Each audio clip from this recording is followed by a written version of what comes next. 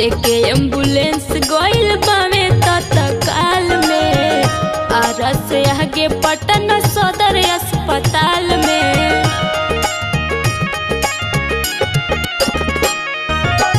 लेके एम्बुलेंस गइल बावे तत्काल में, आरा से आगे पटना सदर अस्पताल में।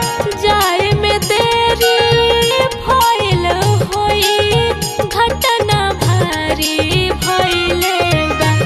अरे जाई दोनोई हरवा सैया यारवा जहरवा खोइले बा। अरे जाई दोनोई हरवा सैया यारवा जहरवा खोइले बा।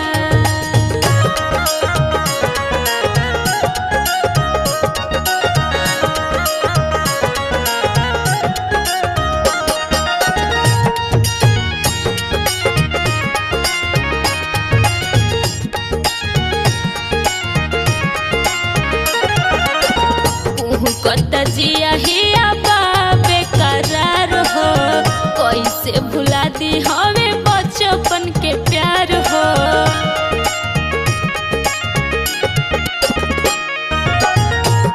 कत जिया हिया बाबे करार हो, कैसे भुला दी हमें बचपन के प्यार हो।